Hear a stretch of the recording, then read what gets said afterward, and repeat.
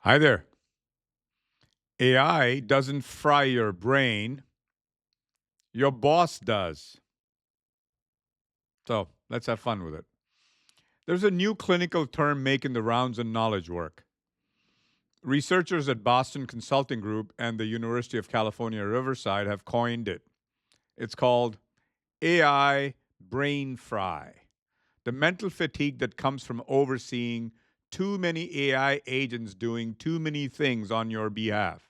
14% of nearly 1,500 surveyed American workers report experiencing it. The symptoms are familiar: buzzing behind the eyes, mental fog, slower decisions. The highest rates show up in marketing, software, HR, finance, and IT, precisely where AI adoption has been most aggressive.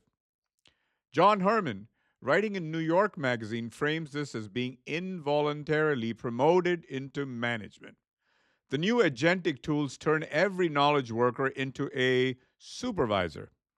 You're no longer doing the work, you're delegating it, checking it, correcting it. You've acquired a staff of eager but unreliable direct reports who have no judgment, no liability, and no memory of what went wrong last time. Herman is right about the feeling, but his diagnosis stops one layer too shallow. I'm hoping this gives you a little bit of sympathy for your boss. Nah? Okay, let's go on. Brain fry is not a technology problem, it's a deployment problem. The tools are not burning people out, the conditions are. An extractive labor model that hands workers unlimited cognitive load with no formation, no recovery time, and no one's authorized to say, that's enough for today. And we've been here before. Every generation of manufacturing technology since Taylor's scientific management has arrived with the same promise and produced the same result: reduced physical effort, increased cognitive demand, and a workforce left to manage the gap alone. The BCG researchers have not discovered a new pathology. They have discovered the oldest pathology in industrial capitalism, arriving for the first time on the doorstep of people who write about it for a living. That's the argument. So I say it every time. I've spent 36 years building things in factories: General Motors, Chrysler, Mercedes Benz, Royal Enfield, Ather in India, advanced drainage systems in Ohio. Every generation of technology I watched arrive created what I now call the abstraction task. Okay, hang with me. Every time you move human work up one layer, from doing to supervising, from operating to monitoring, you reduce physical effort and increase cognitive demand. The demand is not just intellectual, it is existential. Because the person who used to know how to do the work now has to trust that the system is doing it correctly without the means to verify it where errors actually live. So that is not brain fry. That's the universal condition of the manager separated from the work. I know it intimately, not from managing AI, but from managing 60 human beings across 3 production lines right here in Wooster, Ohio.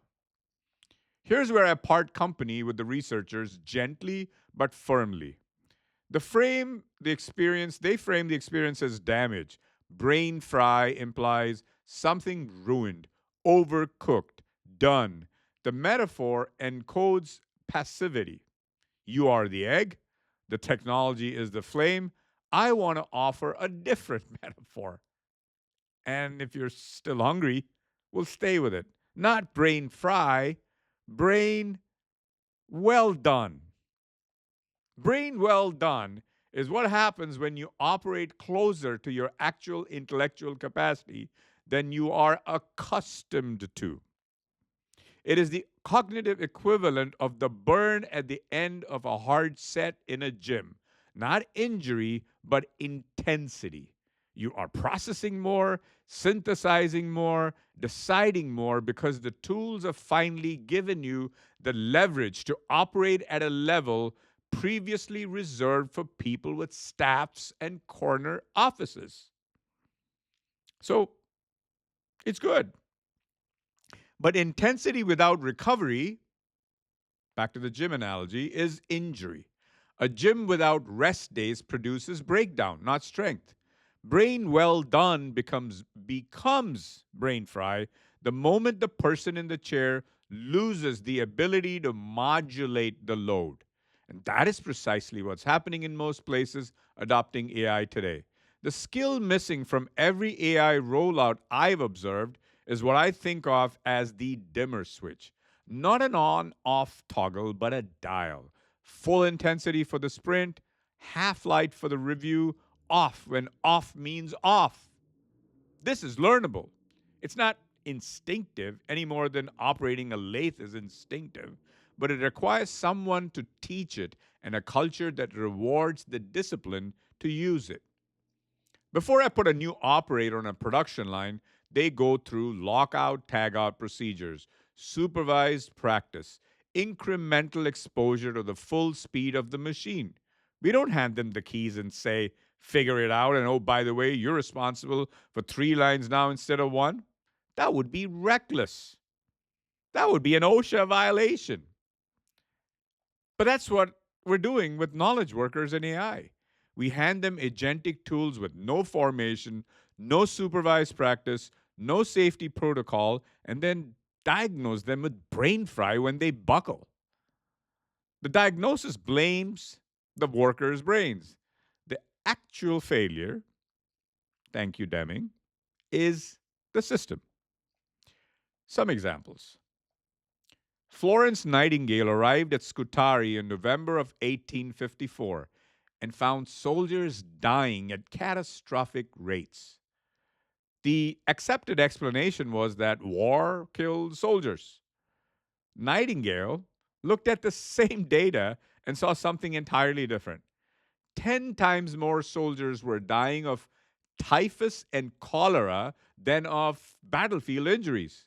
The killer was not the war. The killer was the conditions, the sewers, the overcrowding, the filth, the absence of sanitation. She didn't propose that soldiers stop fighting. She proposed that someone clean the drains. We are at our own Scutari moment. The tools are not killing people, the conditions are. The extractive deployment model that demands more output for the same pay under constant threat of elimination. That is the sewage under the ward. Clean the drains, and the same technology that today produces brain fry could produce brain well done.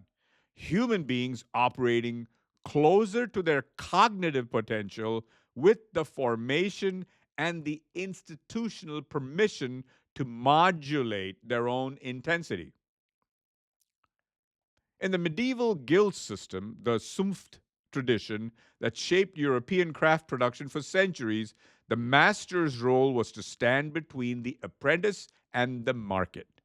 The guild regulated the pace of skill acquisition, ensured no journeyman was exposed to demands beyond their current formation, and created a structure in which competence could develop without exploitation destroying the learners first. We need that function now, not as nostalgia, but as organizational design. Someone in every workplace whose job it is to watch the human in the chair, not an AI ethics board, not a wellness webinar, a structural role with the authority and mandate to say, you've absorbed enough for today. The agents will keep. The BCG researchers recommend limiting the number of AI agents a worker oversees. That's sensible. And it's also the equivalent of telling Nightingale soldiers to drink cleaner water without addressing the sewers. It treats the symptom. The disease is a labor model that treats human cognitive capacity as an extractable resource rather than an appreciating asset. I feel the buzz myself. Plant manager, writer, institution builder, father, all of it in continuous dialogue with an AI tool that, on its best days, feels like the most intelligent colleague I've ever had. The pull towards one more synthesis before bed is real. But I'm not being fried. I'm being well done. I can feel the difference because I've managed enough human systems to know what overload feels like from the inside and to reach for the dimmer switch before the convulsions start. Millions of workers do not have that luxury, not because they lack the cognitive capacity. The BCG study makes clear that brain fry hits the highest performers hardest. They lack the formation. They lack the institutional permission to turn the dial down without it being read as underperformance or as a signal that their name belongs on the next layoff list. So Nightingale cleaned the sewers, and the death rate at Scutari fell from 42% to 2%. The technology of war did not change. The conditions changed. The technology of AI will only intensify.